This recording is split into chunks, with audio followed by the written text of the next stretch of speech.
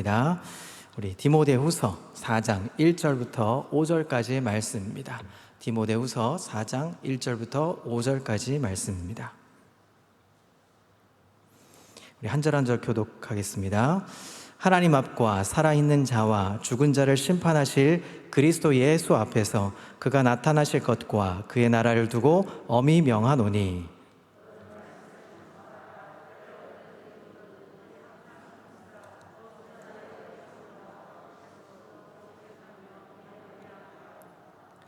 때가 이르리니 사람이 바른 교훈을 받지 아니하며 귀가 가려워서 자기의 사욕을 따를 스승을 많이 두고,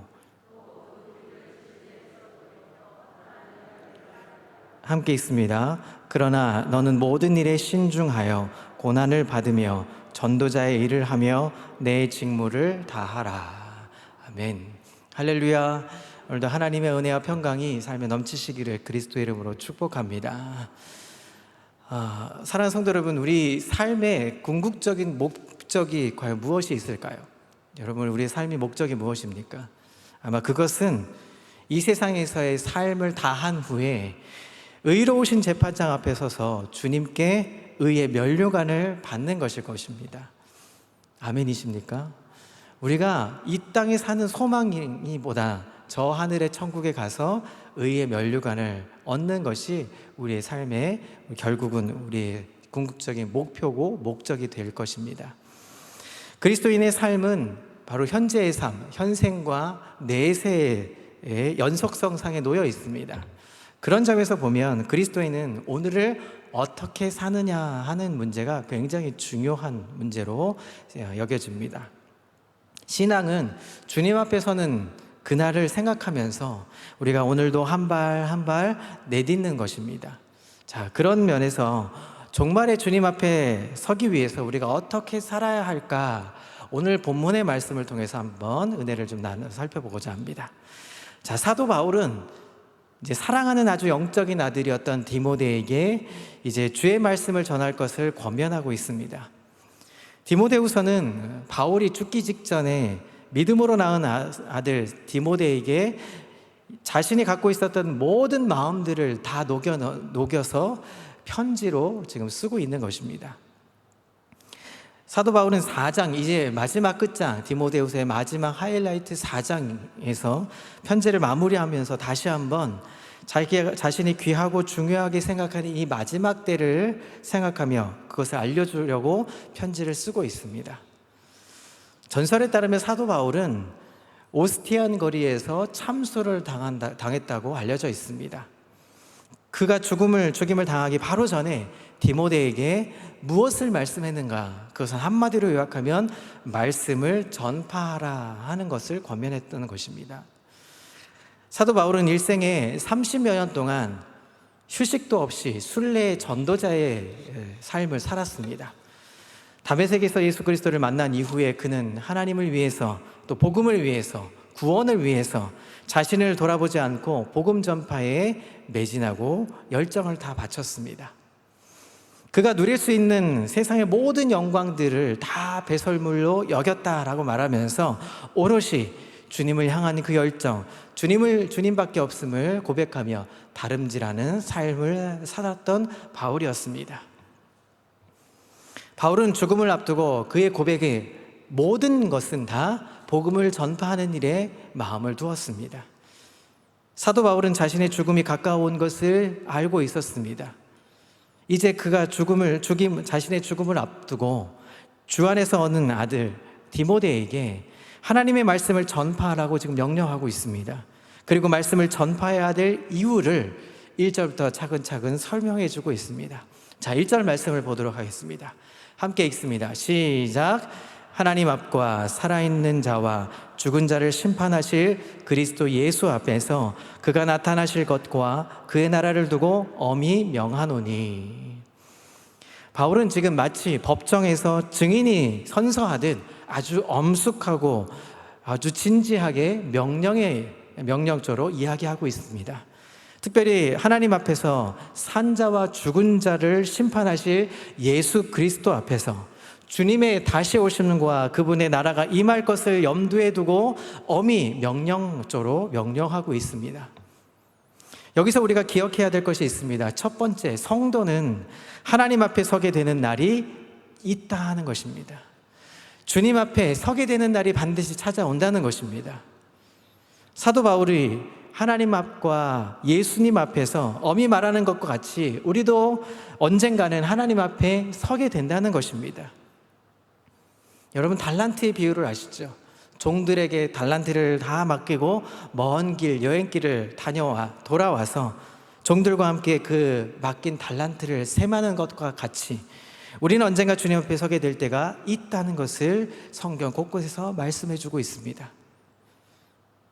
따라서 우리는 그동안 쌓아놓은 모든 것들을 불로 심판하실 때가 있다는 것을 우리는 반드시 기억해야 될 줄 믿습니다. 자, 2절 말씀을 보겠습니다. 함께 읽습니다. 시작. 너는 말씀을 전파하라. 때를 얻든지 못 얻든지 항상 힘쓰라. 범사의 오래 참음과 가르침으로 경책하며 경계하며 권하라. 사도 바울이 말씀을 전파하라는 것은 이 디모데에게 마지막으로 강조했던 사항들이었습니다.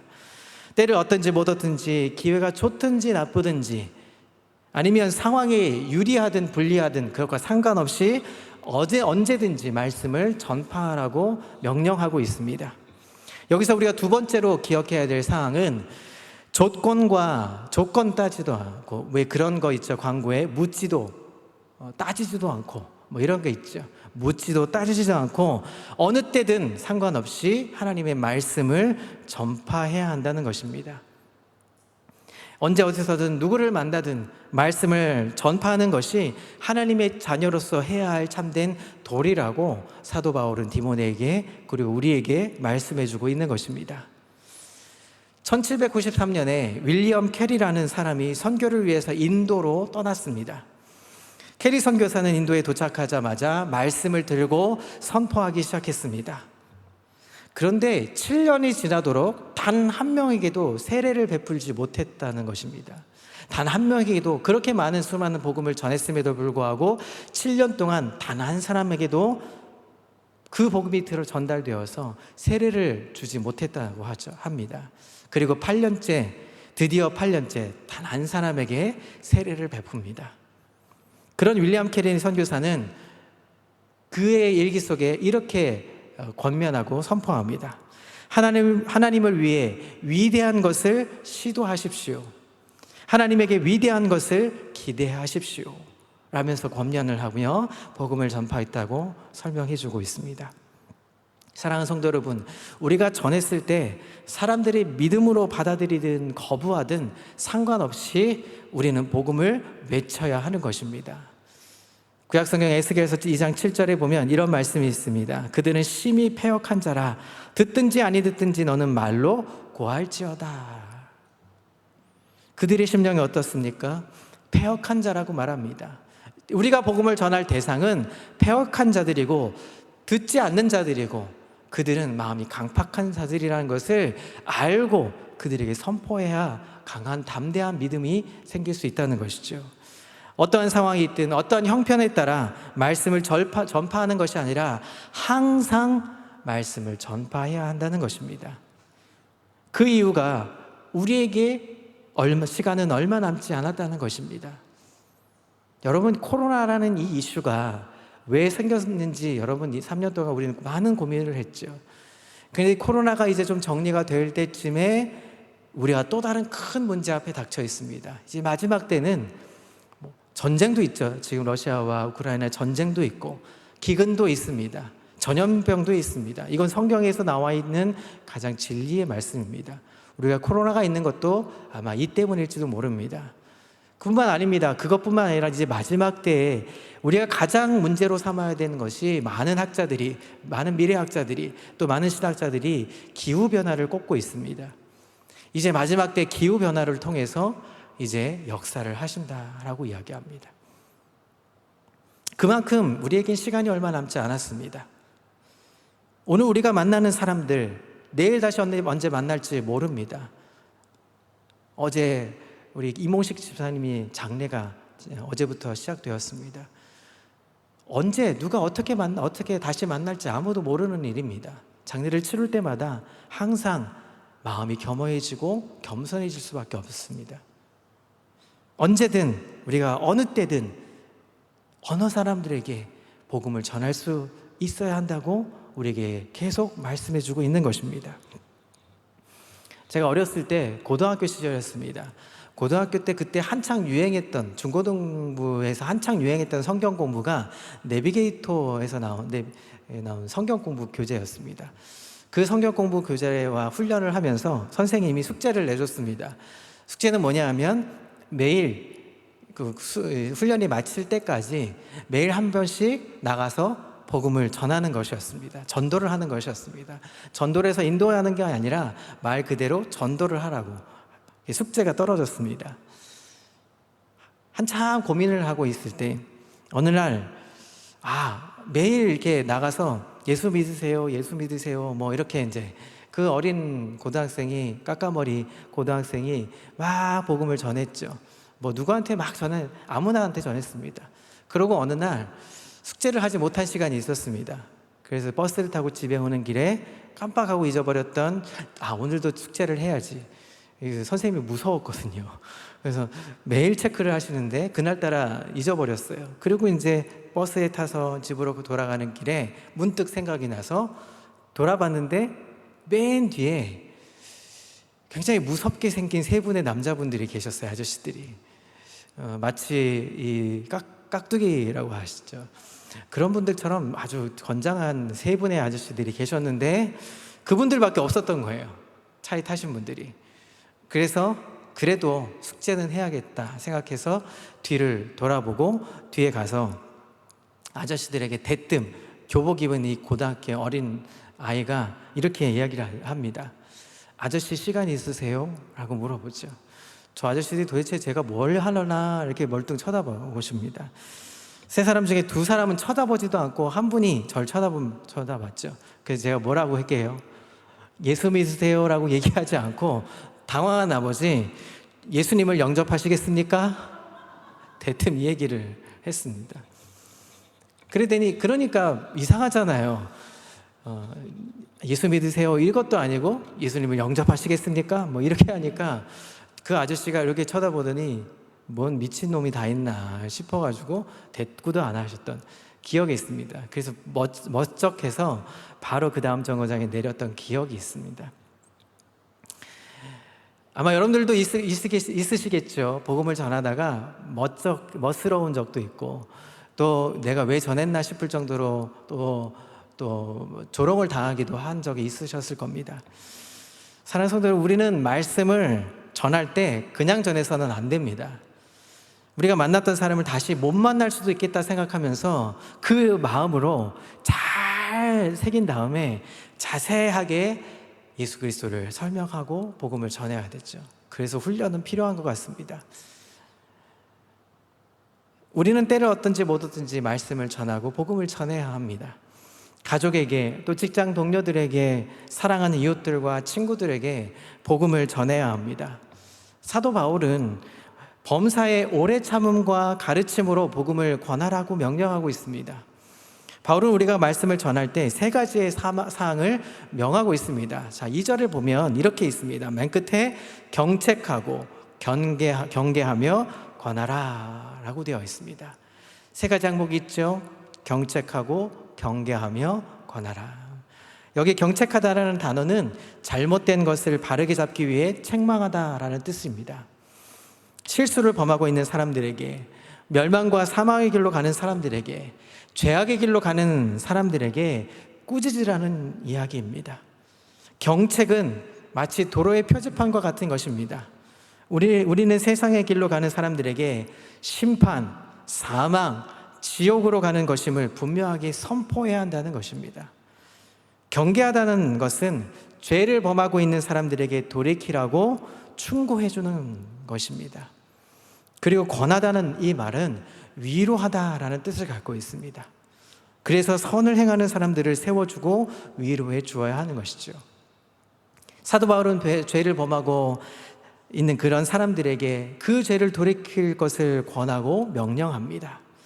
지치고 낙심되며 절망해서 한 걸음 물러다 있던 사람들에게 용기를 주고 또 희망을 주고 위로해주고 세워주라고 성경은 말씀하고 있습니다. 상처 입고 아파하고 고통당하고 눈물 골짜기로 지나가는 사람들에게 격려해주며 복음을 전파하라고 이야기하고 있습니다.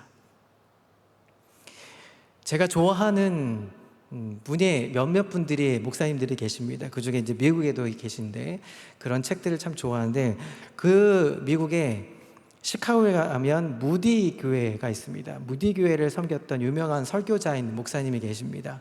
워렌 위어스비라는 목사님이 계십니다.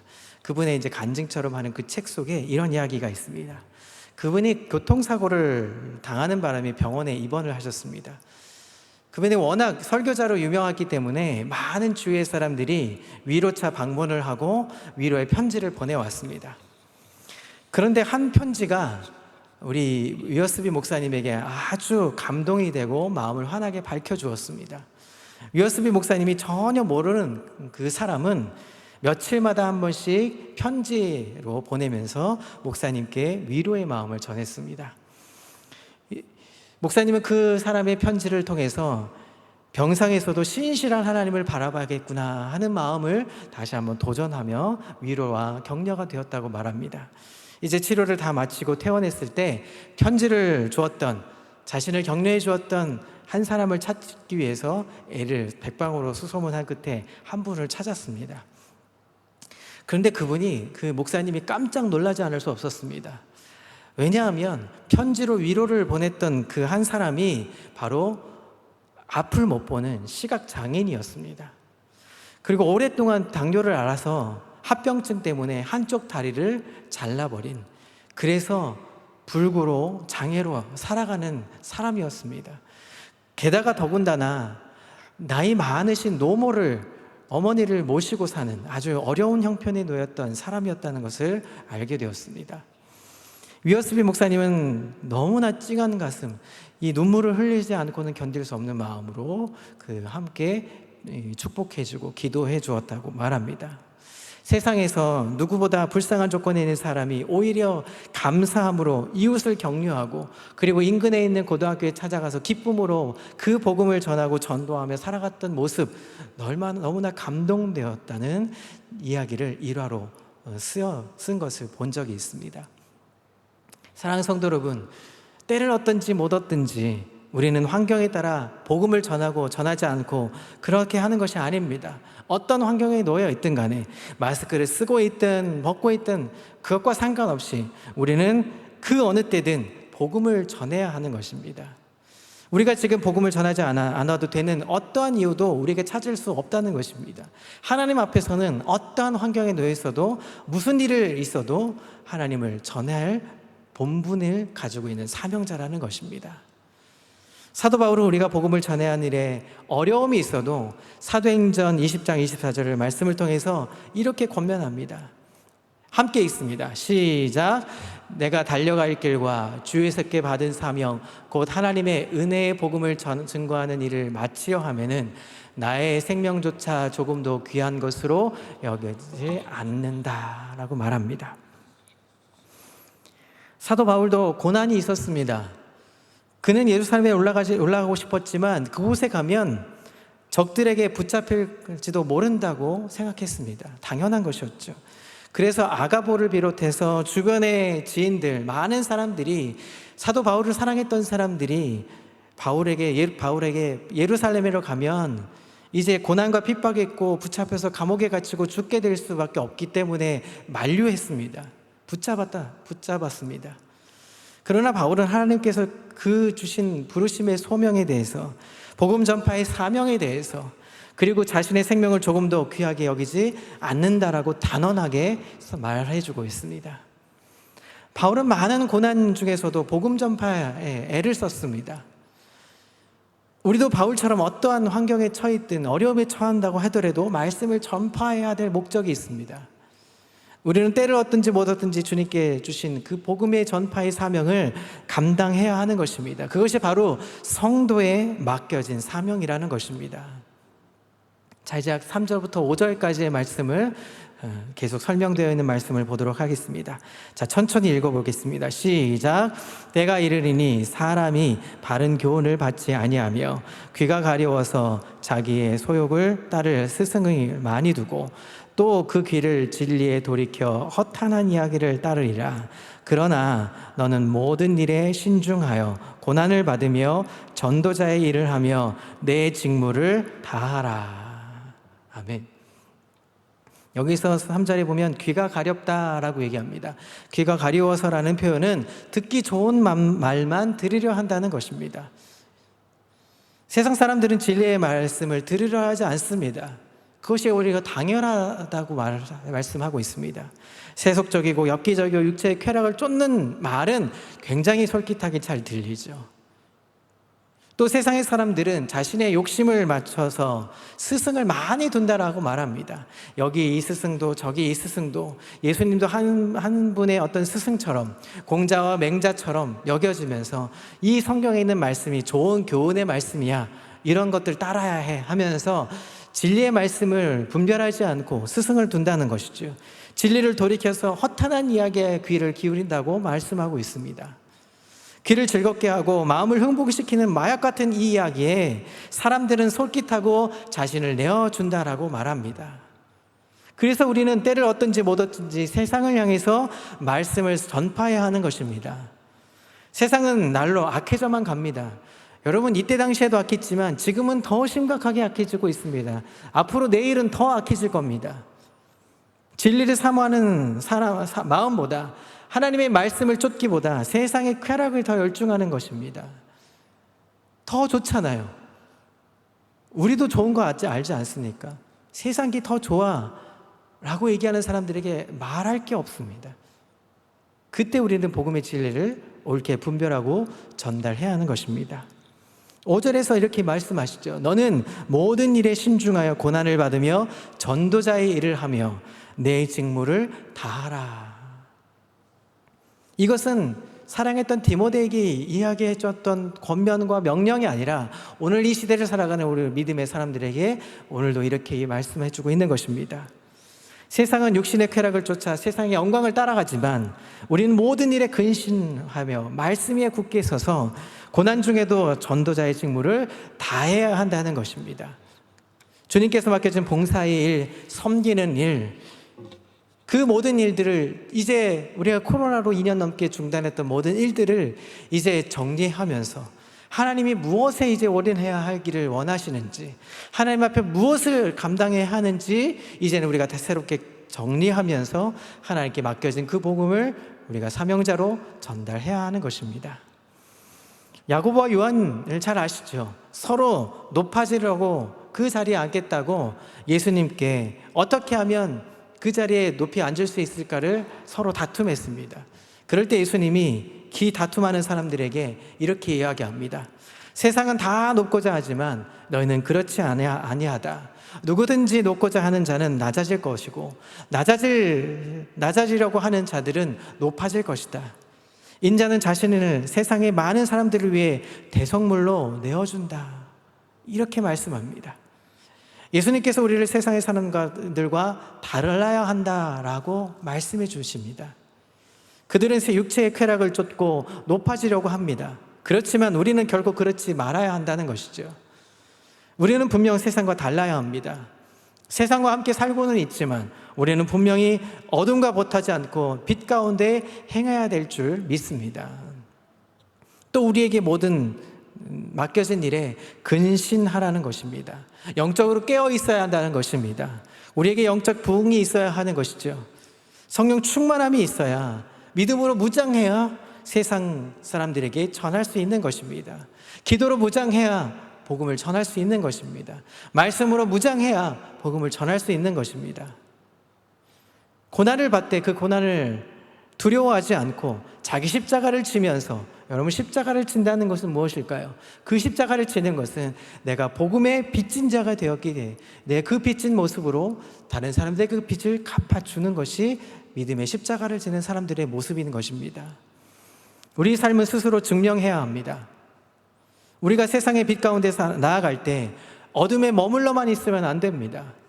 코로나라고 인해서 우리는 주저앉아 있으면 안 되는 것입니다. 마스크를 쓰고 복음을 전할 수 있는 것이죠. 우리가 전도의 용품을 가지고 그들을 마음을 나눌 수 있는 것입니다. 아니, 위로의 말로 아픈 사람들을 격려하고 위로해 줄 수 있는 것입니다. 그럴 때 복음이, 진정한 복음이 들어갈 수 있는 것이죠. 또한 고난을 받아야 하는 것입니다. 믿음의 사람들은 세상에서 고난을 받게 되어 있습니다. 여러분, 고난받는 것을 즐겨하십시오. 고난받는 것을 힘들다 여기지 마시고 고난받는 것이 오히려 기쁘다라고 생각하십시오. 왜냐하면 우리의 소망은 어디라고요? 하늘에 있기 때문입니다. 그러기에 이 세상의 고난은 당연한 것입니다. 하나님께서 세상을 창조하시고 세상은 하나님과 그의 자녀들을 환영하지 않습니다. 세상 사람들은 우리를 환영하지 않는 것은 당연한 것입니다. 핍박하고 조롱받고 고통당할 수밖에 없는 그 가운데 우리가 해야 할 일은 복음에 부끄러워하지 않는 것입니다. 그리고 전도자의 일을 다해야 한다고 말씀해주고 있습니다. 때를 얻든지 못 얻든지 그 직무를 다하라고 우리에게 말씀해주고 있습니다. 지난번에 담임 목사님 말씀 속에 에콰도르의 한 젊은이들, 선교로 갔던 젊은이들에 대한 얘기를 잠깐 하신 적이 있습니다. 에콰도르의 아우카라는 그런 식인 인디언들을 위해서 5명의 청년들, 짐 엘리어트와 함께 5명의 우리 사명자들이 이제 복음의 땅 에콰도르를 밟았습니다. 가자마자 몰살을 당합니다. 복음 한마디 전하지 못하고 그들이 죽습니다. 그런데 그 짐 엘리어트라는 사람의 부인이 있습니다. 엘리자베스 엘리어트가 죽은 남편의 일기들을 정리해서 한 권의 책으로 만들었습니다. 그것이 전능자의 그늘이라는 책입니다. 그 책을 보면 이런 글귀들이 나옵니다. 이런 기도를 합니다. 보배도 하나, 시선도 하나, 주님도 하나이면 된다. 하나님, 마른 막대기 같은 저의 삶에 불을 붙이사 주님을 위해 온전히 소멸하게 하소서. 하나님, 저의 삶은 주님의 것이니 모두 태워주소서. 저는 오래 사는 것을 원치 않습니다. 하나님, 저의 생명을 취하소서. 주님의 뜻이라면 저의 피를 취하소서. 주님의 삼키는 불로 저의 피를 태우소서. 저의 것이 아니기에 아끼지 않습니다. 주님 가지소서. 모두 가지소서. 세상을 위한 희생으로 부으소서. 피는 주님의 제단 앞에 흐를 때만 가치가 있습니다. 짐 엘리어트 선교사의 고백이었습니다. 여러분, 그 선교사들은 복음 한마디 전하지 못했습니다. 예수님 한마디 전하지 못하고 죽음을 당했습니다. 사랑하는 성도들, 우리가 세상을 향할 때 우리는 때를 얻든지 못 얻든지 복음을 전파해야 될 줄 믿습니다. 이제 그 사명이 우리에게 다시 놓여 있습니다. 2년 동안, 3년 동안 코로나 때문에 이제 하지 못했던 선교들, 닫혀 있었던 전도의 문들, 닫혀 있었던 우리의 영적인 마음들을 이제 활짝 열어서 다시 한번 복음의 사명자로 우리는 다시 한번 일어나야 될 줄 믿습니다. 로마서 10장 13절에 14절에 이렇게 말합니다. 자, 이 고백을 한 목소리로 합독하겠습니다. 시작. 누구든지 주의 이름을 부르는 자는 구원을 얻으리라. 그런즉 그들이 믿지 아니하는 자는 이를 어찌 부르리요. 듣지도 못한 이를 어찌 믿으리요. 전파하는 자가 없이 어찌 들으리요.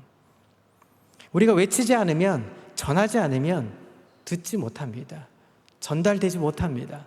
우리가 복음의 말씀을 사람들에게 전하지 못하면 그들은 영영 듣지 못할 것입니다.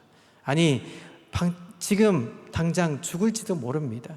그들은 지옥 갈지도 모릅니다. 우리가 그들에게 예수 믿으십시오. 예수님이 참 좋습니다.